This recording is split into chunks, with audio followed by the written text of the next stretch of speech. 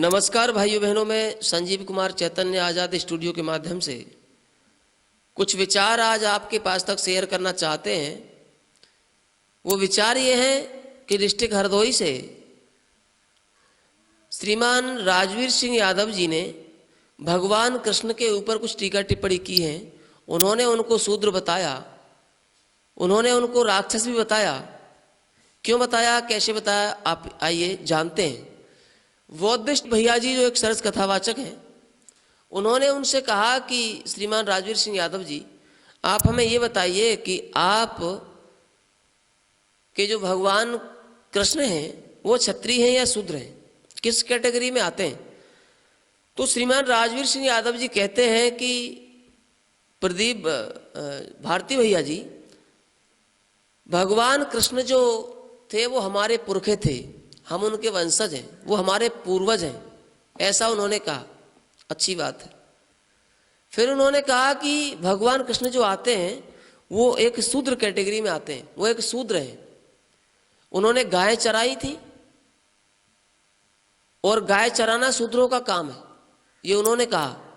आगे उन्होंने कहा कि महाभारत में के अंदर पूरी लड़ाई में उन्होंने आज तक शस्त्र नहीं उठाया, आरंभ से अंत तक शस्त्र नहीं उठाया, इसलिए वहां भी वो क्षत्रिय की उपाधि उनको नहीं मिल पा रही है, वहां भी वो शूद्र ही माने जा रहे हैं। आगे उन्होंने कहा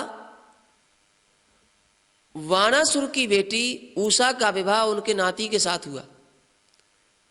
वाणासुर एक असुर कुल में पैदा हुए थे, एक राक्षस थे, एक असुर थे। तो उन्होंने कहा कि असुर की बेटी का विवाह होगा तो असुर खानदान में ही तो होगा। तो इसका मतलब अगर भगवान कृष्ण के खानदान में उनके नाती के साथ उनकी बेटी का विवाह हुआ तो इसका मतलब वो असुर भी थे, इसका मतलब वो राक्षस हैं। ये श्रीमान राजवीर सिंह यादव जी ने कहा, भगवान कृष्ण को राक्षस भी बताया। मैं आपसे एक बात पूछना चाहता हूं, आप ये कह रहे हैं कि भगवान कृष्ण एक राक्षस थे, एक असुर थे, और आप इधर ये भी कह रहे हैं कि हमारे वो पुरखे थे। अगर तुम्हारे पुरखे हैं, आप उनके वंशज हैं, अगर इस प्रकार से देखा जाए तो आप भी उनके कुल से हैं, तो आप भी असुर हुए, आप भी राक्षस हुए। अपने को आपने राक्षस क्यों नहीं बताया? दूसरी बात, राक्षस जो होता है या फिर शूद्र जो होता है, शास्त्र के अंदर जातिवाद नहीं है, वेदों के अंदर जातिवाद नहीं है, और भगवान कृष्ण के समय में जातिवाद भी नहीं था। ये पुराणों में राजाओं महाराजाओं के जो इतिहास लिखा करते थे कवि उस समय के, उन्होंने यदु से आगे जो वंश चला उसको यदुवंश बता दिया, पुरु से जो वंश चला उसको पुरुवंश लिख दिया। ये इन्होंने अपनी अपनी कल्पनाएं की हैं, लेकिन उस समय भगवान कृष्ण जातिवाद को नहीं मानते थे। अगर मानते होते तो देखिए उनके कर्म देखिए, और वेदों के अंदर भी कर्म के ऊपर ये सब कुछ दिया है। जो अच्छे कार्य करता है, जो वेदों को पढ़ता है और पढ़ाता है, जो यज्ञ करता है और कराता है, जो दान देता है और दान लेता भी है, अर्थात जो समाज को अच्छे रास्ते पर चलाता है, समाज में अच्छे उपदेश करता है, वो ब्राह्मण माना जाता है, श्रेष्ठ माना जाता है। जो अच्छे कर्म करने वालों को अच्छे रास्ते पर चलाने वाले उपदेशकों की रक्षा करता है, वो क्षत्रिय माना जाता था। अच्छा, एक धर्म को जिंदा रखने के लिए अगर धन की जरूरत है तो जो धन दान में देते थे, अर्थात अपने धन से हमेशा धर्म कार्य करते और कराते रहते थे, वो वैश्य माने गए। और जो वेदों से दूर हटते चले गए, जो ज्ञान से दूर हटते चले गए, जिन्होंने अच्छी बातों को सुनना पसंद नहीं किया, अच्छे रास्ते पर धर्म के रास्ते पर चलना पसंद नहीं किया, वह शूद्र माने गए। ध्यान रखना, शूद्र वो नहीं है कि जिसने गाय चरा ली वो शूद्र बन गया। गाय हमारी माता है, अगर गाय को चराना हमारा परम कर्तव्य है। गाय चराना शूद्रों का काम नहीं है। शूद्र वो है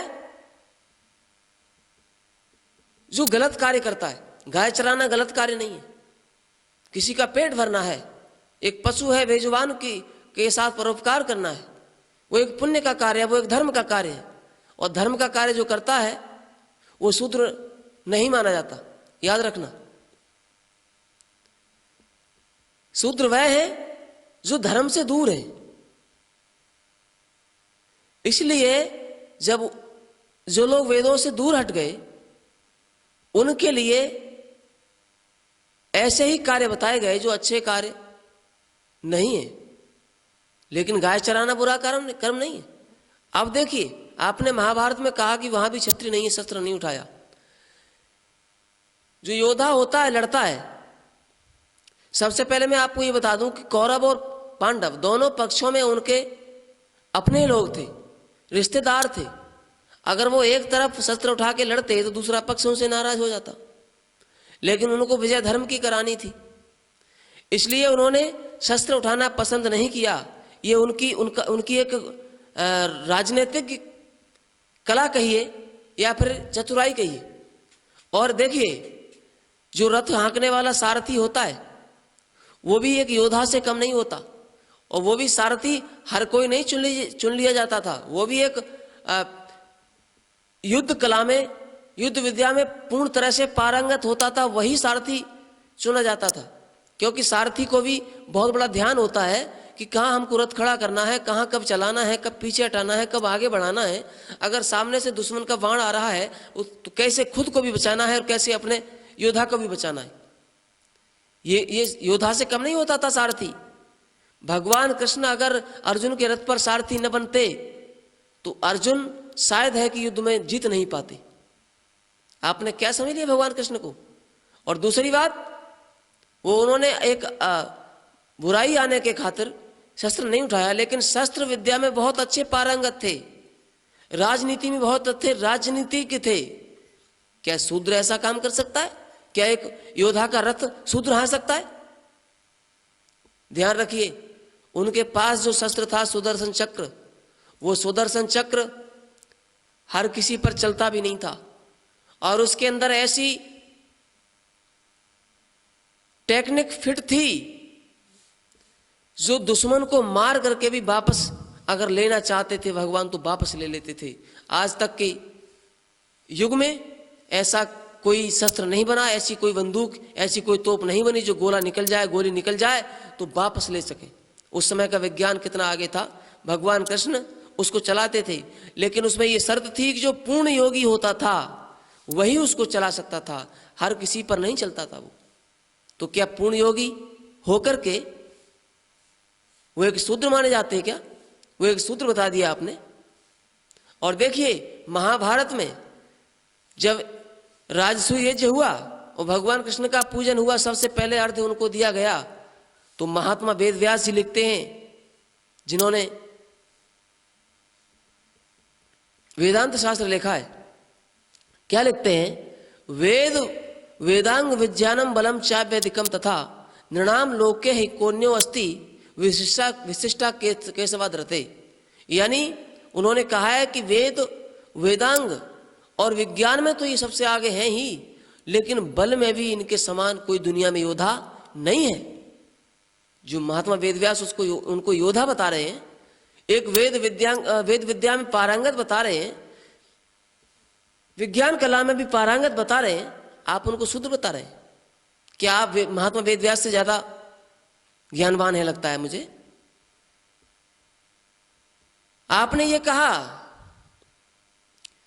कि राक्षस की बेटी उनके कुल में ब्याही गई। मैं आपको बता दूं, भगवान कन्हैया जातिवाद नहीं देखते थे। अगर कोई व्यक्ति मुसीबत में फंसा हुआ है, उसकी रक्षा करना उन्होंने अपना परम कर्तव्य समझा। रुक्मिणी के साथ विवाह किया, उसके सतीत्व को जिंदा रखने के लिए किया, क्योंकि अगर वो विवाह हो जाता शिशुपाल के साथ तो आगे आने वाले समय में लोग वही परंपरा चला लेते कि साले के साथ अब तो विवाह हो जाता है।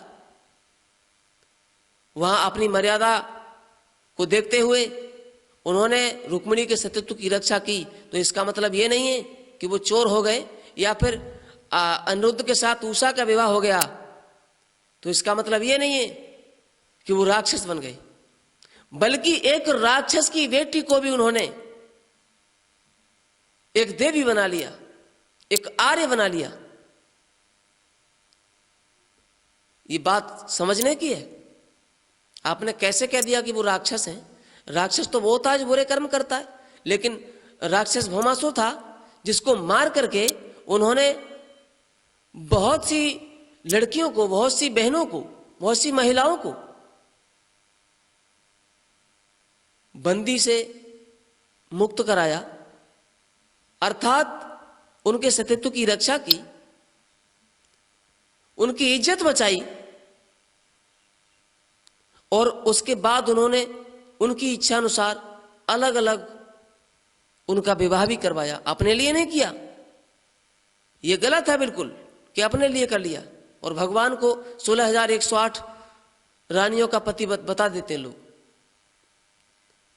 जो इंसान हमेशा परोपकार में रहता है, जो इंसान हमेशा समाज की सेवा में रहता है, आप उसको राक्षस कहते हैं? कमाल है। मुझे लगता है कि जिस तरह से अपना देश कुछ समय पहले गुलाम हुआ, तो इसी प्रकार हुआ कि अपने ही लोग, कुछ अपने ही लोग अपने ही लोगों की बुराई करने लगे थे, इसलिए ये देश गुलाम हुआ था। और आज फिर वही स्थिति पैदा हो रही है कि कुछ अपने ही लोग अपने ही भगवान को राक्षस बता रहे हैं, अपने ही महापुरुषों को, अपने ही पूर्वजों को राक्षस बता रहे हैं। तो तुम कहां बच गए भाई? तुम भी तो राक्षस बन गए। इसलिए ध्यान रखना, अपने धर्म को जिंदा रखो, आपस में एकता रखो, जातिवाद मत फैलाओ। ये जातिवाद कुछ नहीं था, ये हिंदू जाति या यादव जाति ये कुछ भी नहीं है, प्राचीन से हम सभी आ रहे हैं।